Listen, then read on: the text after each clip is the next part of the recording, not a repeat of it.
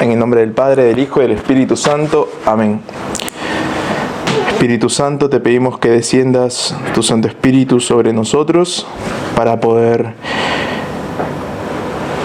profundizar en torno a la palabra de Dios, en concreto acerca del libro del Génesis, para poder contemplar y profundizar acerca de la riqueza espiritual que está impregnada en cada uno de esos escritos, para que puedan ser luces para nuestro conocimiento y para que podamos conocerte y alabarte cada vez más.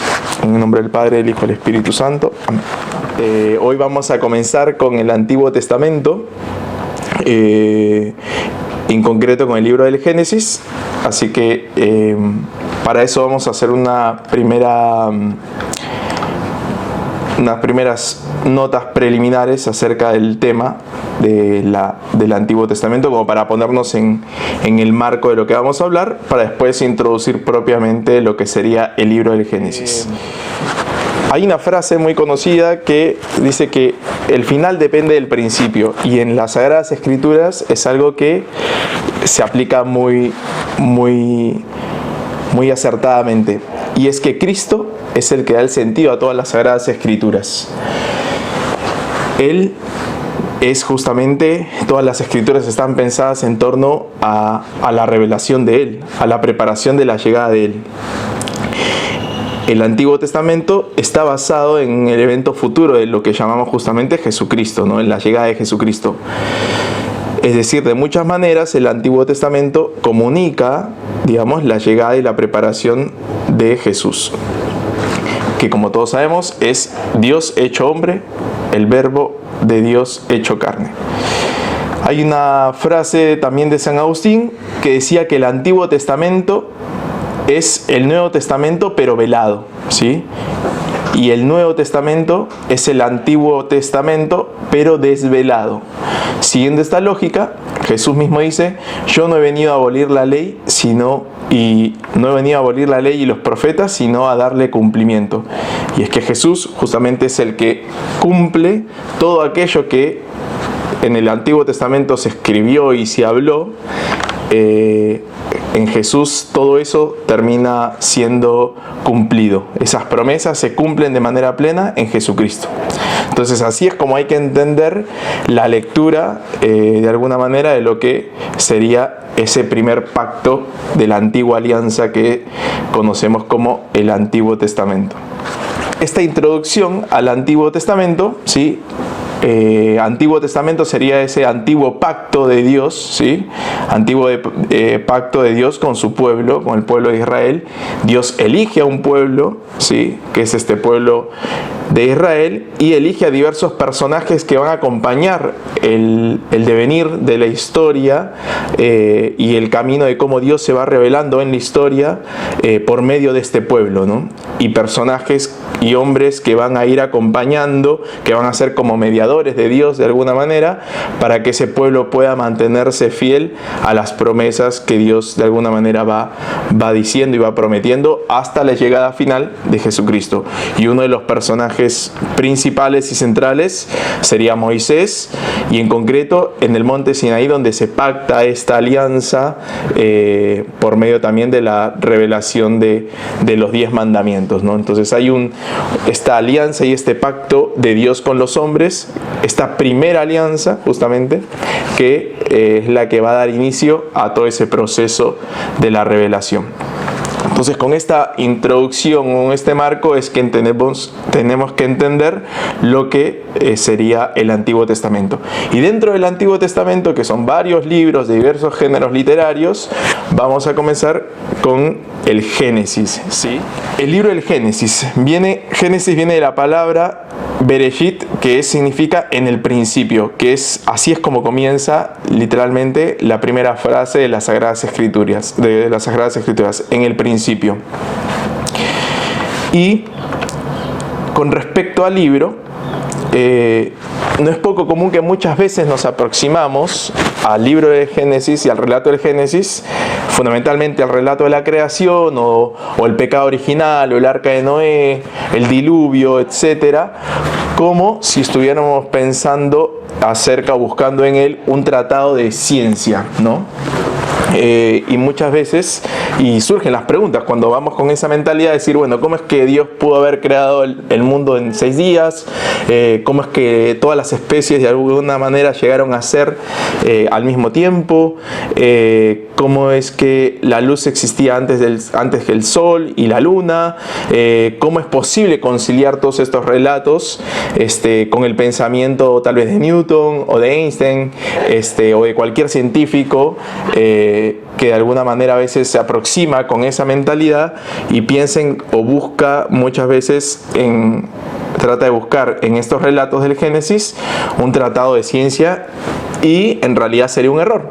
Es como que nosotros busquemos en la literatura de Harry Potter, no sé, un libro de historia, ¿no? Y no es así, porque es un libro de fantasía, de aventura. Tal vez pueda tener algo de verdad en algunas cosas en el sentido de lo que quiere transmitir el mensaje de fondo, pero no es un libro de historia. Según un historiador no va a buscar el libro de Harry Potter para entender la historia de, no sé, inglesa o de cualquier otro país, ¿no? Sería un error. Bueno, lo mismo muchas veces pasa cuando nos aproximamos al libro del Génesis con esa mentalidad. Entonces, ese es un primer punto que hay que tener en cuenta. Y justamente ante estas interrogantes que plantea a veces la ciencia, que no se oponen al relato del Génesis para nada, pero ahí, ante esas interrogantes, el Concilio Vaticano II se pronunció, ¿sí? Que es un encuentro de obispos que hubo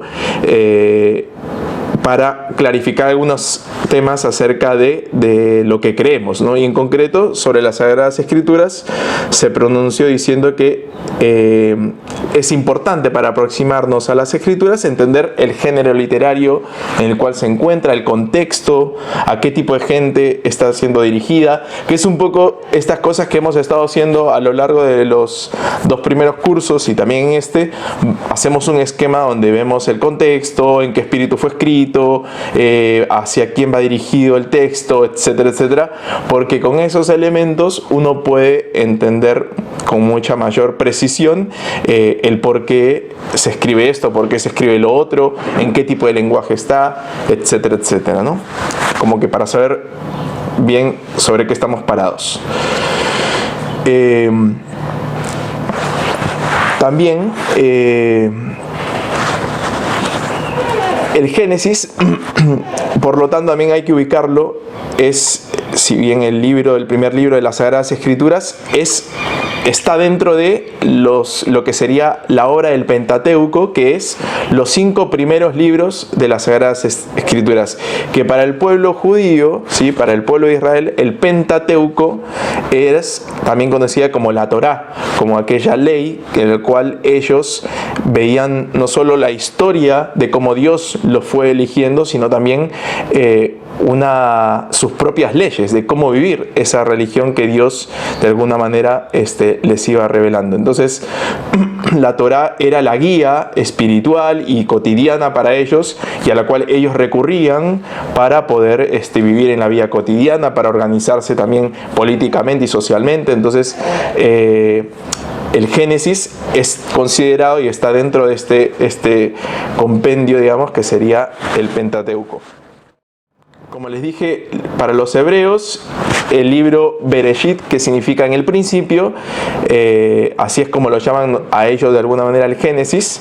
En el griego del libro en la Biblia de los 70, o en el latín, en la Vulgata, se conoce como Génesis, que es lo que nosotros en la lengua española llegamos a copiar este término, que significa justamente origen, ¿no? Y el contenido y el título de este libro obviamente corresponde al contenido del libro, ¿no? Porque justamente son los orígenes de la historia de la humanidad y del mundo. Como les decía, la tradición judía y la cristiana han sostenido siempre el origen mosaico del Pentateuco, ¿sí? Por lo tanto, el Génesis, Éxodo, Levítico y Deuteronomio, esta es la obra que se le otorga a Moisés como el autor inspirado. Y la Pontificia Comisión Bíblica, ¿sí? Que dentro de la Iglesia Católica hay varias comisiones. Una de esas comisiones es acerca de las Sagradas Escrituras, que es justamente la Pontificia Comisión Bíblica, que son teólogos, biblistas, expertos que van profundizando y desarrollando y estudiando a mayor profundidad las mismas Sagradas Escrituras.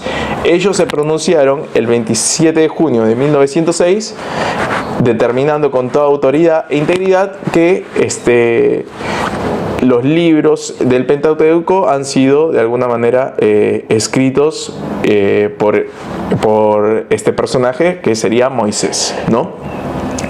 Si bien también no descartan la idea de que el mismo texto del Pentateuco se haya ido a lo largo de la historia, se hayan sumado algunos otros textos, etcétera, ¿no? Pero es parte, digamos, de la investigación, de las cosas que se van descubriendo. Pero fundamentalmente lo que simplemente quisiera que se queden claro es que el autor del Pentateuco sería Moisés. Ahora vamos al contexto histórico. Hay que situar el contexto de la redacción del Génesis dentro del marco del primer exilio del pueblo de Israel a Babilonia en el año 600 a.C. ¿Qué pasa? Para entender en concreto el Antiguo Testamento, es importante también entender un poco la historia del pueblo de Israel, ¿no? Acuérdense que es un pueblo que también ha estado muchas veces conquistado, digamos, por varios imperios mucho más poderosos que él, ¿no? Entonces, uno de los imperios que de alguna manera desterró al pueblo de Israel de Jerusalén es el imperio babilonio, por el rey Nabucodonosor II, que conquista Jerusalén, ¿sí? En el siglo 7 a.C. e inclusive quema el templo que lo construyó Salomón.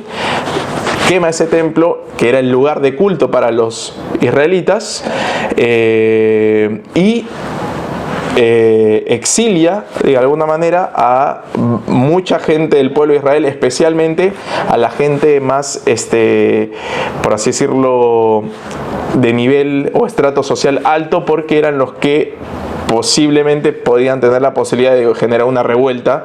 Entonces a la gente más pobre y humilde sí los dejaron en Jerusalén, pero el resto los llevaron a Babilonia. Y muchas veces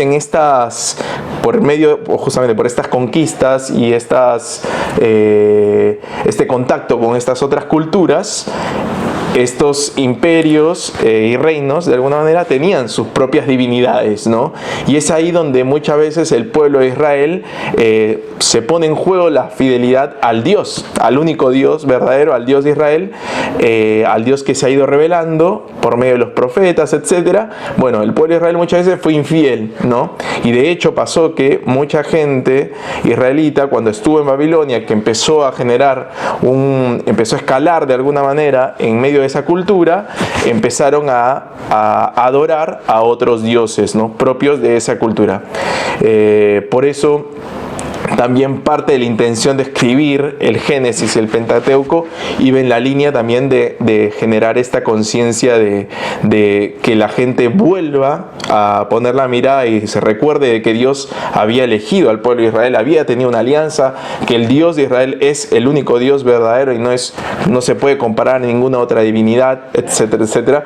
Es igual, lo vamos a ver un poquito más adelante, pero para que vean un poco cómo era este contexto, ¿no? Después, en el siglo VI a.C., el imperio persa conquista Babilonia, y en el año 538 a.C. aproximadamente, y este rey persa, el rey Ciro, permite a los israelitas que puedan volver a la tierra de Jerusalén, ¿sí? Muchos de ellos vuelven. Y de alguna manera se vuelve a reorganizar esta cultura en torno al templo. De hecho se busca construir de nuevo el templo y se construye un nuevo templo para que la gente pueda seguir realizando los cultos a Dios. Y recién en el siglo VI y III a.C. Se termina más o menos la redacción final en tiempos de Esdras y Nehemías. Ahí más o menos concluye lo que sería la redacción del libro del Génesis. ¿A quién va dirigido? Bueno, fundamentalmente al pueblo de Israel, ¿sí? ¿Cuál es el fin de exponer justamente cómo Dios escogió para sí al pueblo de Israel y lo formó para la venida de Jesucristo? De modo que en realidad es Jesucristo quien aparece a través de los misteriosos destinos de este pueblo escogido. Es importante esto porque, como les dije, este pueblo que muchas veces había sido desterrado, había sido exiliado y contaminado por otras divinidades, mucha gente empieza a perder la fe en el Dios de Abraham, en el Dios verdadero que se había revelado. Entonces, un libro como el de Génesis te plasma y busca redactar la intención de que el Dios de Israel es el Dios mucho más poderoso que cualquier otra divinidad, ¿no? Porque acuérdense también que en esa época muchas de las divinidades que la gente se creaba o tenía eran justamente endiosar a lo que veían de la realidad. Y entonces, no sé, los astros del cielo, animales, etcétera, eran las divinidades de las culturas muchas veces. Cuando uno lee el Génesis, se topa en que Dios dice, Dios creó los astros del cielo, Dios creó los animales de la tierra. Y entonces, todo eso, de alguna manera, deja en claro de que ese Dios, justamente, el Dios del pueblo de Israel, es mucho más poderoso y es el único Dios y verdadero comparado con cualquier otra divinidad.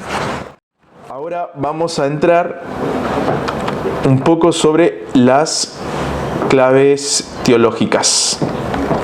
Un primer punto es que Dios es el creador de todo lo que existe, ¿no? Eso ya el Génesis lo deja clarísimo, fundamentalmente en los dos relatos de la creación, tanto el capítulo 1 y el capítulo 2, describen perfectamente cómo Dios es quien crea todo lo que existe. Es el Dios de la no violencia, ¿sí? ¿Por qué el Dios de la no violencia? Porque Dios cuando dice hágase la luz, hay luz. Cuando dice hágase la tierra, hay tierra, ¿no? Hago esta referencia porque en la mitología antigua muchas veces las divinidades, para generar orden, parte de los relatos de estas mitologías eran la experiencia de dos dioses que se peleaban para generar un orden en el mundo, por así decirlo, ¿no? Y este mecanismo de alguna manera también es un mecanismo que hoy lo podemos ver y lo hemos visto a lo largo de nuestra historia. Muchas veces presidentes o gobernantes, personas con poder, tratan de buscar por medio de la violencia esa paz, ¿no? Y el Dios cristiano, digamos, el Dios es un Dios de la no violencia. Por eso también vemos que Dios, en el relato del Génesis, Dios crea por amor y para el amor, ¿no? Y haciendo memoria de esto, el mismo Jesucristo, cuando dice amen a sus enemigos, Él está apelando a esta base original, ¿no? De que Dios mismo crea por amor y todo surgió del amor. Entonces la única respuesta ante el mal en el mundo, ante los conflictos en la sociedad, es el amor. La única respuesta es esa. Segundo punto es, Dios es el único y verdadero Dios, ¿sí? Como les dije, cuando las Sagradas Escrituras fueron escritas, había muchos pueblos y culturas con diversas divinidades y dioses, especialmente lo que les dije, astros del cielo, el sol, la luna, las estrellas, los animales. Entonces, si uno lee Génesis 1:1, que dice, al principio Dios creó el cielo y la tierra, la luna y las estrellas, el sol, Dios creó todos los animales, con esto el autor le quita el trono de alguna manera a todos los dioses y falsos dioses en realidad que el hombre fue creando a lo largo de la historia. Dios se da a conocer como el único y verdadero Dios. Dios es el que está por encima de todo. Sin embargo, estas criaturas, porque uno se puede maravillar también con los astros del cielo, con los mismos animales, todas estas criaturas, algo de alguna manera, vestigios de la divinidad están. O sea, uno puede ver esa creación y remitirlo a Dios, ¿no? Pero ellos en sí mismos obviamente no son Dios. Un tercer punto también es la figura de Adán. ¿Sí? Después lo vamos a ver más a profundidad, pero Adán, que significa hombre, ¿no? Adán de alguna manera engloba lo que sería la humanidad, y hay que entenderlo como también ese nombre, como una figura literaria, como una poesía teológica, ¿no? Que el texto va narrando, que sería ese primer ser humano, ¿no? Que le da nombre a los animales. Él es el que cataloga, que significa de acuerdo, o sea, que le pone de alguna manera un nombre a cada una de las cosas que Dios fue creando, porque Dios en las criaturas que Él fue creando deja una cierta inteligibilidad, ¿sí? En las cosas, y Adán se da cuenta de esto y toma conciencia, y por eso los nombra según las características de lo que ve, les va poniendo nombre, ¿no? Los padres de la iglesia, que serían los primeros teólogos de la iglesia, decían que Adán era el primer científico, el primer filósofo, el primer administrador, porque acuérdense que Dios cuando crea, después se lo da todo en las manos del hombre para que lo administre, lo catalogue, lo profundice, lo estudie, etcétera, ¿no? Para que le dé un cierto orden. Siguiendo un poco con la cita que dice, pueden comer de todos los árboles, ahí también vemos cómo Dios le da esta libertad al hombre, a Adán, ¿no? Para que conozca y desarrolle e investigue acerca de todo lo que ha creado Dios. Adán y Eva están en una especie de juego en la que pueden ahondar en todo lo que Dios fue creando. Un último punto sería que Dios es y se muestra providente, ¿no? Porque Dios cuando crea, no crea y simplemente, se desvincula de su creación, sino que Dios crea realmente y se vincula y se compromete con la creación. Y eso lo vemos a lo largo de todo el Antiguo Testamento, pero fundamentalmente en el Génesis vemos cómo Dios, que le da esa libertad al hombre para que viva y para que pueda ser feliz, pero ese Dios el hombre muchas veces, haciendo un mal uso de esa libertad, elige apartarse de Dios o comete errores, y Dios, siendo paciente, trata de alguna manera, de una y otra vez, tratar de seguir siendo fiel a esa alianza y ese pacto que generó para poder llegar a la plenitud final, que sería justamente la venida de Jesucristo. Ahora vamos a la estructura del libro, que ahí sobre la estructura del libro, digamos que hay varias, uno lo puede estructurar, dividir de varias formas. Yo propuse dividirlo en dos, que sería Génesis del 1 al 11, capítulo 1 a capítulo 11, sería todo el origen del cosmos, el origen del mal, el origen de la pluralidad de lenguas y de la multiplicidad racial y cultural de los pueblos. Y a partir de Génesis 12 a 50 sería el origen del proyecto concreto de salvación a través de un hombre que es Abraham, y a través de una historia de familias que son hijos de él, Jacob, Esaú y José.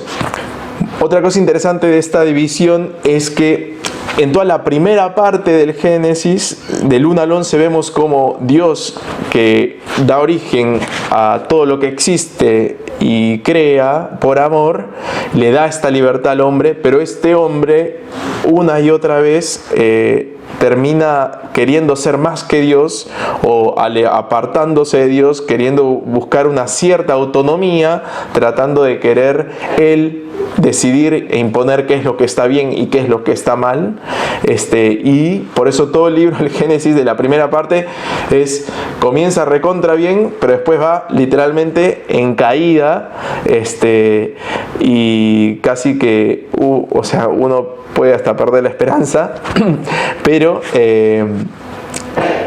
justamente hay una bisagra que a partir del Génesis 12 en adelante es cuando aparece la figura de Abraham, ¿no? Que es este hombre justo que de alguna manera con quien Dios entabla e inicia esa promesa de la nueva alianza, ¿no? Y le promete una descendencia que va a ser este pueblo llamado el pueblo de Israel, ¿no? Y es ahí donde comienza todo un transcurso de mayor esperanza, pero también con muchas desobediencias y caídas de parte de algunos miembros de esta familia. Es interesante porque que las escrituras pongan en plural el hagamos, de alguna manera uno puede interpretar ya desde ahí un primer inicio de lo que sería la Trinidad, o sea, parte de esa revelación de que Dios es una comunión de personas, el Padre, Hijo y Espíritu Santo, y ya desde el inicio uno puede ver que la creación entera y la creación del hombre fundamentalmente es una obra de la Trinidad, ¿no? De las tres personas. Y ahí dice, hagamos al hombre a nuestra imagen. Cuando hace referencia a la imagen, hace referencia de que justamente como Dios, ¿no? La imagen divina, ¿sí? Y según nuestra semejanza, ¿no? O sea, de alguna manera está la huella de Dios impresa en cada uno de nosotros, los seres humanos, pero además somos capaces, nos hace semejantes a Él, y hacernos semejantes a alguien en concreto nos hace capaces de poder relacionarnos, entablar una relación con esa persona, ¿no? En este caso, con las tres personas de la Trinidad. Entonces, ya desde el inicio, el origen fundamental del hombre, ya vemos esta huella clave fundamental y que nos da como las coordenadas fundamentales para nosotros poder conocernos mejor y saber hacia dónde apuntar. Entonces, tenemos la huella de Dios en nosotros y podemos relacionarnos con Dios. Por eso el ser humano, en general, a lo largo de la historia, siempre busca creer en algo trascendente, y es justamente por esta huella que tiene de Dios. Por eso Dios se revela, se da a conocer para decir, yo soy el Dios verdadero, ese Dios que vos anhelas, soy yo ese Dios, el auténtico Dios, ¿no? Y después, bueno, dice, y que le estén sometidos los peces del mar y las aves del cielo, ganados, las fieras de la tierra, los animales, etcétera, etcétera. Como Dios de alguna manera pone al hombre también en el centro de la creación y le da esta responsabilidad diciendo de que todas estas criaturas que estén sometidos a ustedes los hombres, ¿no? Porque el hombre de alguna manera, cuando digo hombre me refiero a la humanidad, tienen una condición y es mucho mayor en dignidad al resto de lo creado, ¿no? Entonces eso es un tema importante. Después dice, bueno, Dios creó al hombre a su imagen y los creó varón y mujer, ¿no? También desde ahí el tema del origen del varón y de la mujer también está muy marcado desde los orígenes, de algo fundante. Y después, bueno, los llama a la fecundidad, multiplíquense, llenen la tierra, sométanla, dominen los peces del mar. Otra vez les da dando este poder sobre lo creado. Y de ahí finalmente quiero que... y dice, en Génesis 1:31 dice, y Dios miró todo lo que había hecho y vio que era muy bueno. Así hubo una tarde y una mañana y este fue el sexto día, ¿no? O sea, es decir, Dios, la creación desde el origen hay una cierta bondad originaria y todo lo que Dios creó de por sí era bueno. Entonces, es decir, todo lo que existe en sí, porque existe, es bueno, ¿no? Entonces, ese es un dato también importante no solo para nosotros, sino también para aproximarnos a la realidad.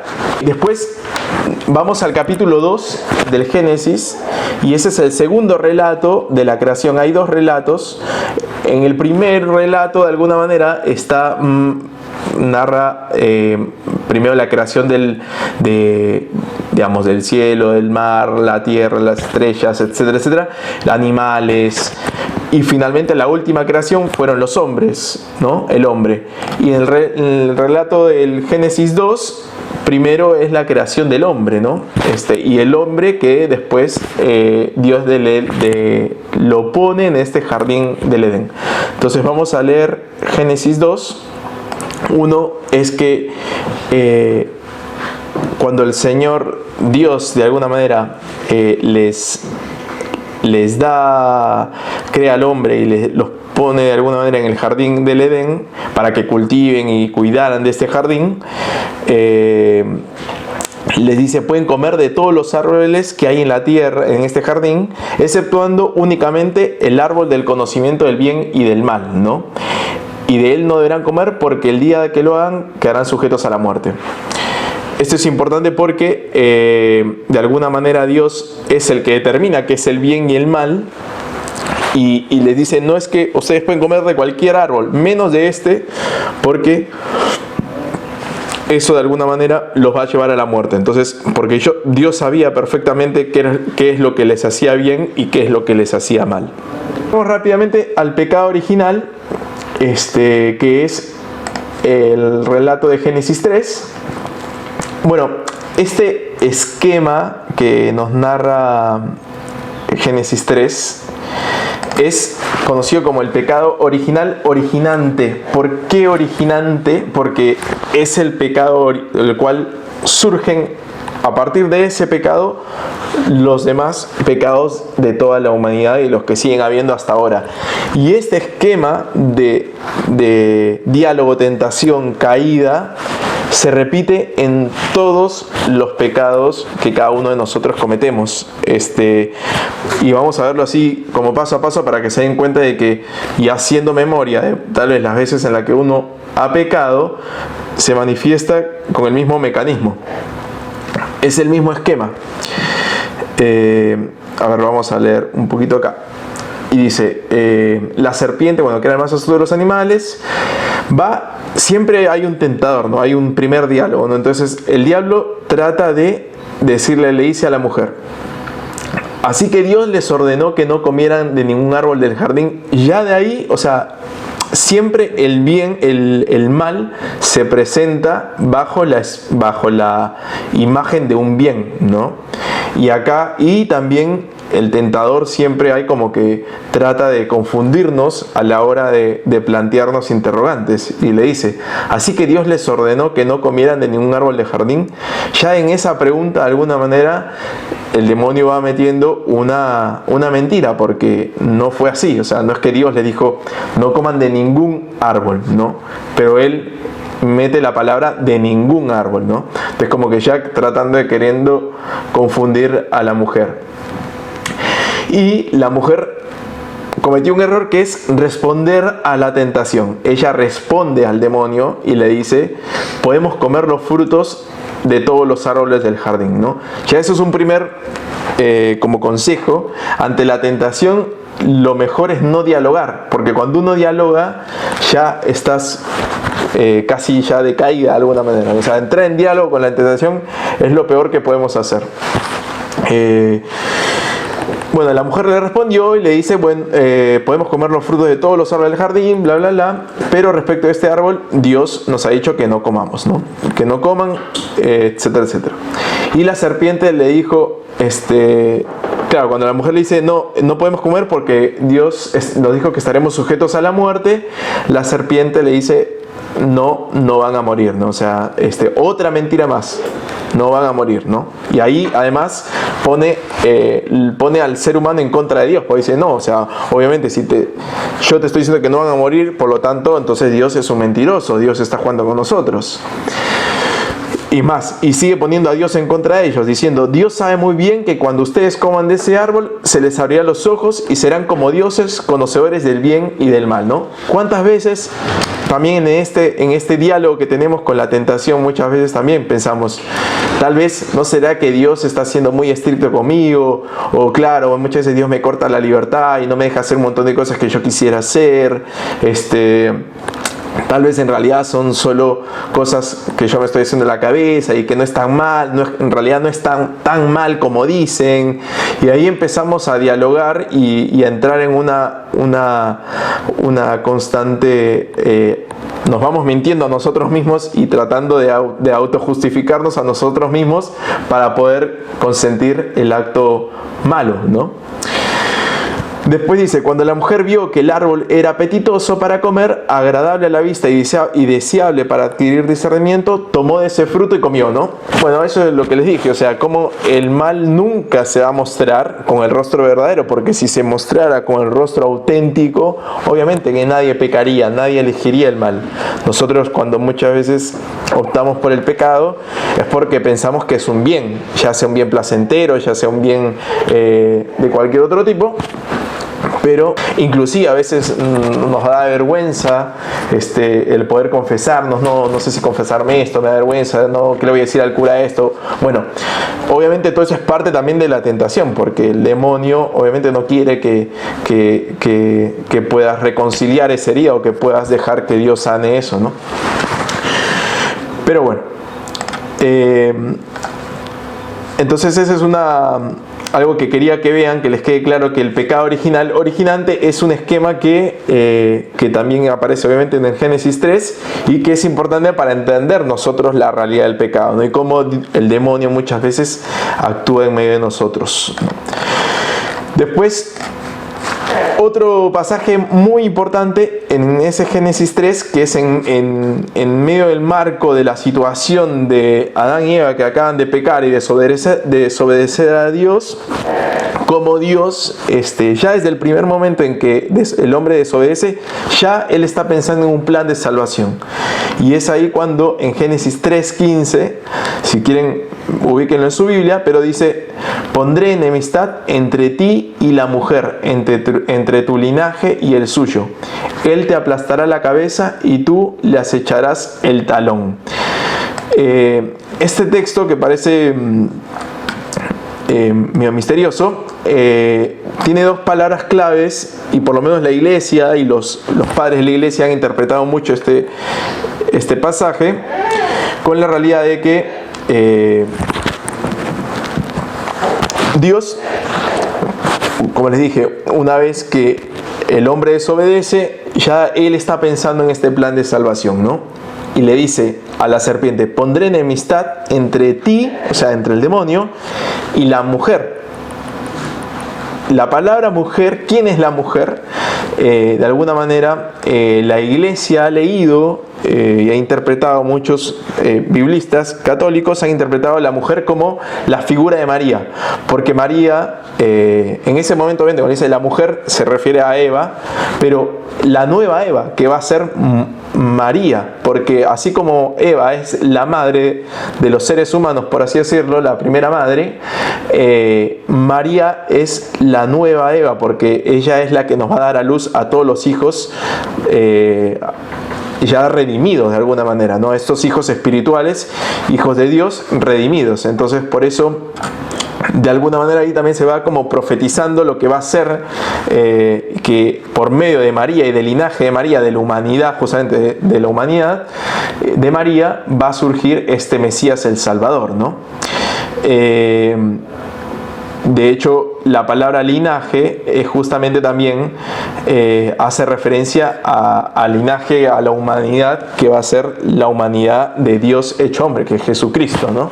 Entonces, en ese texto, de alguna manera, ya se le conoce también como el protoevangelio, justamente como el primer evangelio, o sea, ese evangelio original, que de alguna manera se va a dar más a plenitud, obviamente con la llegada propiamente de Jesucristo, ¿no? Entonces, pero ya ahí, desde el origen de la humanidad y desde el origen de este primer pecado y la entrada del mal en el mundo, ya Dios ahí hace su promesa de redención y de salvación. Y el último punto, y con esto vamos a cerrar este encuentro, es el personaje de Abraham, ¿sí? Abraham también es, uno lo puede buscar en Génesis 15, del 1 al 6, como ahí Dios elige a este personaje Abraham, que acuérdense lo que les dije, si uno lee Génesis del 1 al 11, es todo el relato de la creación y cómo las actitudes del hombre frente a Dios, como muchas veces a raíz del pecado original, todo empieza como entra el mal en el mundo y ves las actitudes del hombre muchas veces, Caín y Abel que se pelean, la torre de Babel, que es esta torre que quieren de alguna manera, que la construyen hombres para tratar de construir una torre tan alta sin necesidad de Dios. Y así, inclusive Noé, que encontré un hombre justo, que pudo de alguna manera con Noé también salvar a la humanidad, pero el mismo Noé también después termina pifiándola, entonces como que nadie se salva básicamente, ¿no? Hasta que llega Abraham, que es sí este hombre justo sobre el cual Dios va a crear, va a instituir justamente este pueblo, que es el pueblo de Israel. Y los hijos de Abraham y su descendencia son los que serían este nuevo pueblo, ¿no? Por eso nosotros a Abraham también lo conocemos como el padre de la fe, porque Abraham muchas veces, cuando uno lee el relato de la historia de Abraham en Génesis 15, podemos ver cómo Abraham le dice sí a Dios y confía a Dios, pese a no conocer con claridad y no entender muchas cosas, pero una y otra vez está confiando en los designios de Dios y va orando a Dios milagros en él, ¿no?